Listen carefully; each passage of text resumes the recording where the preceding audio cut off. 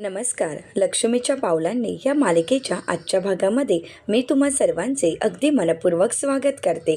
आजच्या भागामध्ये आपल्याला पाहायला मिळतं, आता अद्वैतची काळजी घेण्यासाठी कलाने नर्सची वेशभूषा धारण केलेली असते. तर आता अद्वैतला पाणी हवं असतं, परंतु त्याच्यासोबत कोणीही नसतं. तर आता अद्वैत पाणी घेण्यासाठी प्रयत्न करतो, परंतु त्याचवेळी त्याच्या हातून पेला खाली पडतो. आता मात्र कला मागे वळून पाहते, तर अद्वैत उठण्याचा प्रयत्न करत असतो.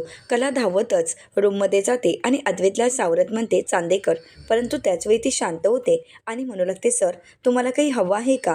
तर अद्वैत म्हणतो की हो, पाणी हवं आहे. आता कलाही अद्वैतला पाणी देते, परंतु अद्वैतला उठता येत नसल्यामुळे कलाही स्वतःहूनच अद्वैतला आधार देते आणि त्याला बसवते आणि त्यानंतर त्याला पाणी प्यायला देते. अद्वैतचं पाणी पिऊन झाल्यानंतर कलाही नॅपकिनने त्याचं तोंड पुसते आणि त्यानंतर पुन्हा एकदा कलाही अद्वैतला आधार देते आणि त्याला आराम करायला सांगते. तर त्यानंतर अद्वैत आराम करत असतो. परंतु आता कलाच्या मनामध्ये प्रश्न निर्माण होतो. कला स्वतःच्याच मनाला प्रश्न विचारत म्हणते, मी चांदेकरची एवढी का काळजी घेत आहे? माझं आणि चांदेकरचं नक्की काय नातं आहे? आम्ही जर आमच्या नात्याचा स्वीकारच केला नाही आहे, तर मग मला याची एवढी काळजी का वाटते? माझा जीव का हुरहुरतोय? आणि चांदेकरसुद्धा माझ्यासाठी हे सगळं काही का करतोय? त्याचं आणि माझं कोणतं नातंच नाही आहे.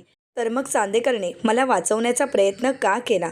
जर माझ्यामध्ये आणि चांदेकरमध्ये जर कुठलं नातंच नाही आहे, तर मग चांदेकर माझ्या आईवडिलांची एवढी काळजी का घेतो? त्याने माझ्या दुकानासाठी स्वतःच्या जीवाचाही विचार केला नाही. असं का होतंय? नक्की आमच्यामध्ये कोणतं नातं आहे? आई अंबाबाई, या प्रश्नाचं उत्तर मला मिळतच नाही आहे. असं म्हणत आता कलाही आई अंबाबाईलाच प्रश्न विचारते. तर दुसरीकडे पाहायला मिळतं, सकाळची वेळ असते. तर रजनी काकू आबांसाठी आणि सोहमसाठी चहा घेऊन येतात आणि आजचा चहा आबांना खूप आवडलेला असतो. आबा रजनी काकूंचं कौतुक करत म्हणू लागतात, रजनी, एकदम भक्कड चहा झाला आहे. सकाळच्या पहारी असा जर चहा मिळाला तर दिवस अगदी आनंदाचा जातो. खरंच चहा खूप छान झाला आहे. तर रजनी काकू म्हणू लागतात, आबा परंतु आजचा हा चहा मी नाही तर संगीता वहिनींनी बनवला आहे. आपण नेहमीच कलाच्या हातची चव चाखतो आणि आज समजते कलाच्या हाती एवढी छान चव कुठून आली आहे. संगीता वहिनींमुळेच कलाच्या हाती एवढी छान चव आहे. खरंच चहा खूप छान झाला आहे, असं आबा पुन्हा एकदा कौतुकाने म्हणत असतात. आता त्याचवेळी संगीताताई तिथे येतात. आबा संगीताताईंना म्हणतात, विहीनबाई, चहा खरंच खूप छान झाला आहे, अगदी प्रसन्न वाटत आहे. तर आता संगीताताई म्हणतात, आभारी आहे आबाजी. तर त्यानंतर आता संगीताताई रजनी काकूंना बसवतात आणि म्हणू लागतात, आता शांत बसायचं आणि चहा प्यायचा. रजनी काकू म्हणतात, अहो संगीता वहिनी काय करताय हे? तर संगीताताई म्हणू लागतात की हो, केवढी दगदग करत असता, किती धावपळ करता आणि एकटीनेच दगदग करता आणि म्हणूनच आता शांतपणे चहा प्यायचा आहे आणि काल तर तुमचीच दगदग झाली असेल ना? असं म्हणत आता संगीताताई रजनी काकूंची काळजी घेतात.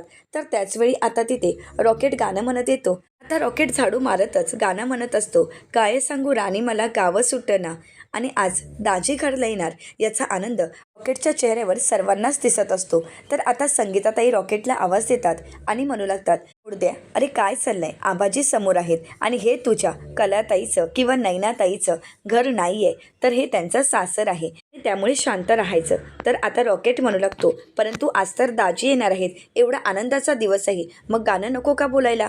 हो ना आबाजी, असं म्हणत आता रॉकेट आबांना विचारतो. तर आबा म्हणतात, चालू देत, तुझं चालू देत, खरंच आवाज पण खूप छान आहे. तर आता रॉकेट म्हणू लागतो, पाहिलंत ना मावशी, आबाजी माझ्या आवाजाचं कौतुक करत आहेत. तर आता संगीताताई झाडू हातात घेतात आणि म्हणतात, हो का, कौतुक करत आहेत का? तर त्यानंतर सोहम म्हणतो, रॉकेट तू तर एक नंबर भन्नाटच आहेस, परंतु तुझा आवाजही खूप छान आहे. मग आज जे गाणं तू बोलत आहेस तेच मला शिकवशील ना, कारण तुझा आवाज लय भारी आहे. तर आता रॉकेट म्हणतो, हो हो शिकवेन ना. तर आता संगीताताई रॉकेटला विचारतात, परंतु आता मला एक सांग, जावई बापूंची रूम साफ केली आहेस ना? तर आता रॉकेट म्हणू लागतो, हो अगदी चक्काचक केलेली आहे. ज्यावेळी ताजी रूममध्ये येतील त्यावेळी विचार करतील की आरसा नक्की कुठे आहे, खाली आहे की वरती आहे. आता सर्वजण रॉकेटच्या या जोकवर हसू लागतात. तर संगीताताई म्हणतात, आता तर मी तुला दाखवतेच. असं म्हणत आता संगीताताई रॉकेटच्या हातातील झाडू घेतात आणि त्याचा पाठलाग करू लागतात. आता घरात एवढं छान हसतं खेळतं वातावरण असल्यामुळे सगळ्यांच्या चेहऱ्यावर आनंद असतो. घरच्यांचा आनंद द्विगुणित करण्यासाठी अद्वैतही डिस्चार्ज घेऊन घरी आलेला असतो. तर आता सरोज मॅडम, अद्वैत, कला गाडीतून घरी येतात. ज्यावेळी अद्वैत गाडीतून खाली उतरतो त्यावेळी अद्वैतला थोडासा विटनेस असल्यामुळे चालता येत नसतं. अद्वैत गाडीचा आधार घेतो. त्यावेळी कला ही अद्वैतचा हात हातात घेते आणि विचारते, चांदेकर तू ठीक आहेस ना? परंतु त्याचवेळी सरोज मॅडम कलाला पाहतात तर कला ही लगेच आपला हात बाजूला करते. तर सरोज मॅडम अद्वैतला आधार देतात आणि घरी घेऊन येतात. आता अद्वैतला पाहताच घरातील सर्वांचाच आनंद काही गगनात मावत नसतो. सर्वजण खूप खुश असतात. आबांनाही खूप आनंद झालेला असतो. आबा मोठ्यानेच म्हणतात, माझा अद्वैत खरी आला. आणि असं म्हणत आता आबा सर्वांना आवाज देतात. तर सोहम येताच अद्वैतला आधार देतो आणि अद्वैतला घरात घेऊन येतो. तर त्यानंतर अद्वैत शांत बसलेला असतो. सर्वजण अद्वैतला त्याच्या तब्येतीविषयी विचारतात. आबा म्हणतात, अद्वैत आता तुला बरं वाटतंय ना? तर अद्वैत आबांना म्हणतो, हो आबा, आता मला बरं वाटतंय, परंतु थोडासा विटनेस वाटतोय. तर आता आबा म्हणतात, विटनेस? सोहम, अरे विटनेस वगैरे बघ ना, याला कुठून आला आहे? तर सोहम म्हणतो, काही नाही हो आबा, आत्ता ऑफिसमधून एखादा फोन येऊन देत, म्हणजे बघा त्या व्यक्तीला तो कसा झापून काढेल. असं म्हणत आता सोहम अद्वैतला चिडवू लागतो. तर अद्वैत विचारतो, काय मी झापून काढतो? तर आता सोहम म्हणतो, नाही रे दादा, तू नाही, तू कसा कोणाला झापून काढशील? तू तर अगदी सर्वांशी गोड प्रेमाने वागत असतोस, परंतु कसं आहे ना, तुझं एवढं गोड शांत बोलणं ऐकूनच समोरच्याला विकनेस येत असतो. आता सर्वच जण सोहमच्या या बोलण्यावर हसू लागतात. तर आता अद्वैत म्हणतो, आबा तुम्हीच बघा ना. तर आबा म्हणतात, सोहम. तर आता अद्वैत म्हणतो, ऐकलंयस ना? तर आता आबा पुढे म्हणतात, सोहम, अरे त्याला बरं नाही आहे, त्याला बरं तरी वाटून देत आणि त्यानंतर तू कर त्याची मस्करी. तर अद्वैत म्हणतो, आबा. तर त्यानंतर सर्वजण आश्चर्याने आबांकडे पाहतात. तर रजनी काकू म्हणू लागतात, आबा तुम्हीच या शेंडेफळाला लाडावून ठेवलं आहे आणि म्हणून हे शेंडेफळ काहीही बोलत असतं.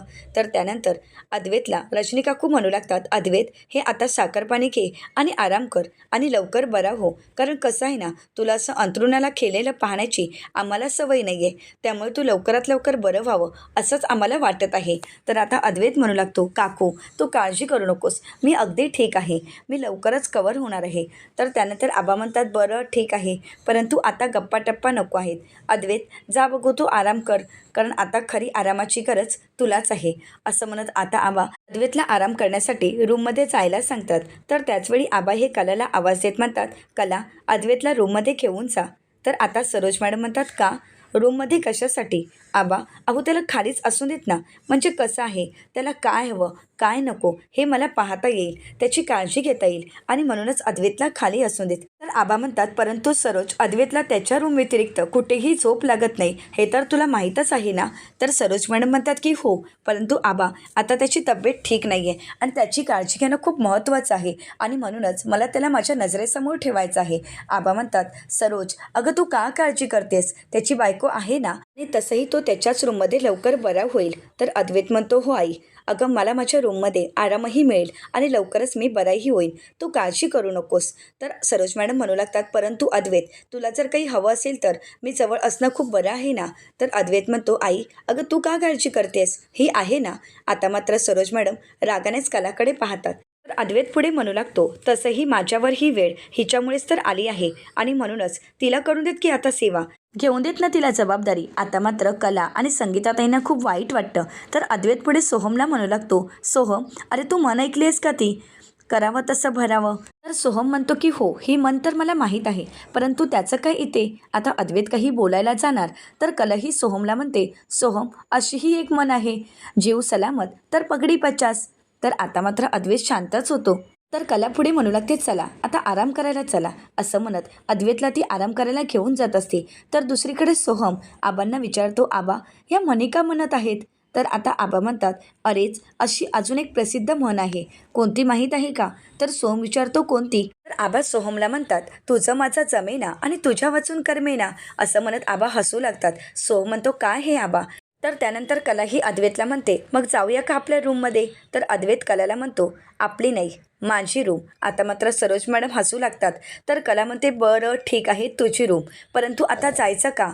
तर अद्वैत म्हणतो, हो ठीक आहे. आता अद्वैत आधारासाठी हात पुढे करतो. तर कला ही अद्वैतला आधार देते आणि आधार देत त्याला रूममध्ये घेऊन जाते. तर सरोज मॅडम रागानेच कलाकडे पाहत असतात.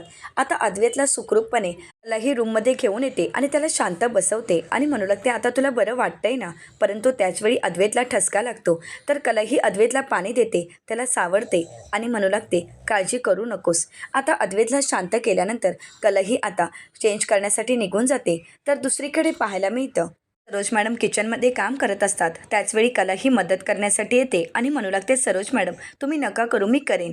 परंतु त्याचवेळी सरोज मॅडमना मात्र कलाचा खूप राग आलेला असतो. सरोज मॅडम कलावर चिडतात आणि म्हणू लागतात, लग्न झालेल्या दिवसापासून मी तुला सांगत आहे की माझ्या मुलाच्या आसपासही फिरवू नकोस, परंतु तुला सांगूनही कळत नाही आहे का?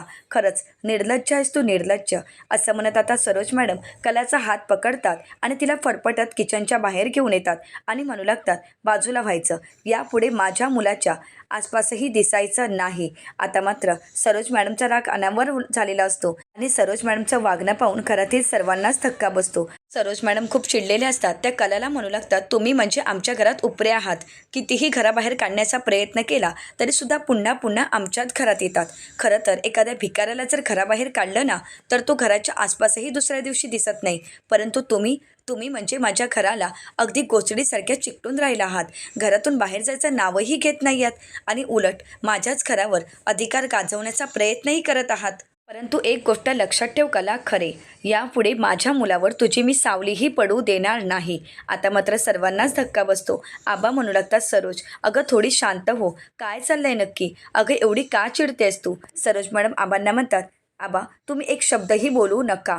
अद्वैत माझा मुलगा आहे आणि माझ्या मुलाच्या बाबतीत काय निर्णय घ्यावा आणि माझ्या मुलाला काय हवं आणि काय नको हे पाहण्यासाठी मी समर्थ आहे. यापुढे माझ्या मुलाच्या बाबतीचे जे काही निर्णय असतील ते मी घेणार आहे. त्यामध्ये कोणीही पडू नये आणि खरं तर कोणीही काही बोलू नये. मला ते आवडणार नाही. असं म्हणत आता सरोज मॅडम रागानेच तिथून निघून जातात. आता मात्र सरोज मॅडमच्या वागण्यामुळे सर्वांनाच खूप वाईट वाटत असतं. तर दुसरीकडे पाहायला मिळतं, आता सरोज मॅडम अद्वैतसाठी कॉफी घेऊन अद्वैतच्या रूममध्ये येतात तर अद्वैत तिथे नसतो. आता त्या बेडवर असणारी साडी आणि बेडवर लावलेली सेलोटेप पाहून सरोज मॅडम विचार करत म्हणतात, काय आहे हे सर्व आणि अद्वैत कुठे गेला आहे? आणि त्याचवेळी अद्वैत तिथे येतो. आता सरोज मॅडम अद्वैतला एकटं चालत असताना पाहतात आणि म्हणू लागतात, अरे वा, एकटाच चालत गेलास म्हणजे बऱ्यापैकी सुधारणा आहे. आता अद्वैत येऊन बसण्याचा प्रयत्न करत असतो तर सरोज मॅडम म्हणतात, अद्वैत आता थोडं स्वतःहून चाललायस ना, मग हळूहळू सवय करायची, एकदम नको. तू शांत बस बघू आणि तुला काही हवं नको असेल तर मला सांग, मी आहेच इथे. असं म्हणत आता सरोज मॅडम अद्वैतची काळजी घेण्यासाठी त्याच्यासोबतच असतात. आता हे सर्व दृश्य रोहिणी आत्या पाहतात आणि मनाशीच म्हणतात, ही सरोज वहिनी म्हणजे लवंगी मिरचीची माळ आहे माळ. एक छोटीशी आगीची ठिणगी लागली की ही माळ अगदी तडतड तडतड व्हायला सुरू होते. काय करू, लावू का ठिणगी असा विचार करत आता रोहिणी आत्या सरोज मॅडमना भेटायचं ठरवतात. तर दुसरीकडे पाहायला मिळतं, सलाईनमुळे अद्वैतचा हात दुखत असतो तर सरोज मॅडम अद्वैतला म्हणतात, काळजी करू नकोस, थोडासा दुखणार आहे, थोडा वेळ सहन कर म्हणजे नक्कीच बरा होईल. तर त्यानंतर सरोज मॅडम म्हणतात, आणि काळजी घे, तुला जर काही हवं असेल तर मला आवाज दे, मी इथे खाली आहेच. असं म्हणत सरोज मॅडम तिथून निघत असतात. आता निघत असताना सरोज मॅडम अद्वैतला म्हणतात, कॉफी थंड होईल, कॉफी पिऊन घे बरं. आता अद्वैत कॉफी पिण्यासाठी घेतो. आता कॉफीची चव अद्वैतला अजिबातच आवडलेली नसते. अद्वैत म्हणू लागतो, कोणी बनवली ही कॉफी? खरेला बनवायला काय होतं? आता मात्र हे सरोज मॅडमनी ऐकलेलं असतं. खरं तर ही कॉफी आपल्या आईनेच म्हणजे सरोज मॅडमनी बनवली आहे, याबद्दल अद्वैतला काहीच माहीत नसतं. आता हे ऐकल्यानंतर रोहिणी आत्यांना मात्र खूप आनंद झालेला असतो. आता सरोज मॅडम बाहेर येताच लगेच रोहिणी आत्या म्हणू लागतात, बघितलंस ना सरोज वहिनी, अगं तू त्याच्यासाठी एवढी छान कॉफी बनवलीस, एवढी मेहनत घेतलीस, त्याच्यासाठी कॉफी इथे घेऊन आलीस आणि आता तर तू म्हणत आहे की त्याला खरेच्या हातची कॉफी आवडते. वहिनी अगं बघ ना, मला वाटलंही नव्हतं की अद्वैत एवढा बदलेल. आता मला एक कळत नाही आहे की अद्वैतला कलाशिवाय करमत नाही, कलाशिवाय अद्वैतचं पानही हलत नाही, की कलानेच अद्वैतला त्याच्या सवयींचा गुलाम बनवून ठेवला आहे. आता मात्र सरोज मॅडम काहीही प्रत्युत्तर न करता तिथून निघून जातात. रोहिणी आत्यांना मात्र खूप आनंद झालेला असतो. तर दुसरीकडे पाहायला मिळतं, कला आणि संगीताताई किचनमध्ये काम करत असतात. आता त्याचवेळी सरोज मॅडम येतात आणि नाईलाजाने कलाला आवाज देत म्हणतात, अद्वैतसाठी कॉफी घेऊन जा. आता मात्र कलाला काहीच कळत नाही, कारण सरोज मॅडम कॉफी घेऊन गेलेले असतात हे तर कलाला माहीतच असतं. कला विचार करत असते तर संगीताताई म्हणू लागतात, विचार काय करतेस, जावई बापूंसाठी कॉफी घेऊन जा. आता कला ही कॉफी बनवते आणि अद्वैतसाठी घेऊन जाते. आता कला अद्वैतला कॉफी देते आणि तिथून निघून जात असते. तर आता अद्वैत कलाला टोमणा मारत म्हणतो, काय आहे ना, कितीही कोणासाठी काही करा, परंतु त्याची किंमत कोणालाच नसते. म्हणजे एखादी म्हण आहे ना, गरज संपे वैद्य मरो अशाच प्रकारे एखाद्यांची अवस्था असते. आता कला ही मागे वळते आणि म्हणू लागते, हो का? अशी ही एक म्हण आहे, लेकी बोले सुने लागे. तर अद्वैत म्हणतो, हो का? तर कला म्हणते, हो, तू मलाच टोमणा मारत आहेस हे मला चांगलंच माहीत आहे. तर कला ही अद्वैतला म्हणते, तुला बरं नाही आहे ना, मग आराम कर ना. तर अद्वैत म्हणतो, परंतु तुमच्यासाठी कितीही काही केलं तरी मात्र किंमत नाही ना. तर कला म्हणते, कसं आहे ना, तुम्ही कधी काय बोलाल हे कळूही शकत नाही. तर अद्वैत म्हणतो, मला बरं नाही हे मला चांगलंच माहीत आहे, परंतु आता तर मी अगदी ठीक आहे. बघायचं आहे का तुला? असं म्हणत आता अद्वैत व्यायाम करून दाखवत असतो. कला म्हणते, चांदेकर, अरे काय करतोयस, पडशील तू. आता अद्वैत कलाला म्हणतो, नाही नाही, मला काहीही झालं नाही, मी अगदी ठणठणीत आहे. असं म्हणत आता अद्वैत उठून चालत असतो, परंतु त्याचवेळी अद्वैतचा तोल जातो. आता त्याचवेळी अद्वैत कलाचा हात पकडतो. कला ही अद्वैतला सावरते आणि म्हणू लागते, चांदेकर, अरे काय चाललंय तुझं? मगाशी म्हणत होतास डोळे बघ आणि आता तर गळ्यातच पडतोयस. आजारी आहेस ना तू? आणि आता जास्तच रोमॅन्टिक होऊ लागलायस. अद्वैत म्हणतो, मी आणि रोमॅन्टिक आणि तुझ्यासोबत शक्यच नाही. असं म्हणत अद्वैत तिथून जात असतो, परंतु पुन्हा एकदा अद्वैतचा तोल जाणार तर अद्वैत कलाचा आधार घेत तिचा हात पकडतो. आता कला आणि अद्वैत दोघंही बेडवर पडतात. तर अद्वैत कलाकडे प्रेमाने पाहत असतो, तर कला ही अद्वैतकडे. तर पुढील भागामध्ये आपल्याला पाहायला मिळतं, कला ही अद्वैतचं नाक दाबते आणि त्याला औषध भरवत असते. अद्वैत विचारतो, काय करतेस खरे हे? तर कला ही अद्वैतला म्हणते, नैनाच ताईसुद्धा तुझ्यासारखीच करायची, औषध प्यायची नाही, तेव्हासुद्धा आई असंच करायची, नाक दाबायची आणि तिला औषध भरवायची. कसं ते दाखवू का? असं म्हणत आता कला ही अद्वैतला जबरदस्तीने औषध भरवते. हे सगळं काही संगीताताईंनी पाहिलेलं असतं. तर संगीताताई कलाला म्हणतात, ज्याप्रमाणे तुझ्यामध्ये काहीतरी दुर्गुण आहेत, ज्याप्रमाणे तुझं वागणं काही जणांना खटकतं, तसंच एखाद्यामध्येही असू शकतात, म्हणून तू असं वागू शकत नाहीस. आणि तुम्हा दोघांची जन्मगाठ ही आई अंबाबाईंनी बांधलेली आहे आणि ती सोडू शकत नाही. आणि तू जरी सोडण्याचा प्रयत्न केलास तरी ती मी सोडू देणार नाही. आता मात्र कलाला धक्काच बसतो. आता संगीताताई कला आणि अद्वैतला कशाप्रकारे एकत्र आणतील हे पाहणं अतिशय रंजक ठरणार आहे. आता अशाच मालिकांचे नवनवीन अपडेट पाहण्यासाठी चॅनलला नक्कीच सबस्क्राईब करा. धन्यवाद.